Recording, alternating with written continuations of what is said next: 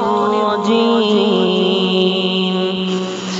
بسم الله الرحمن الرحيم. قل يا أيها الكافرون لا أعبد ما تعبدون ولا أنتم عابدون ما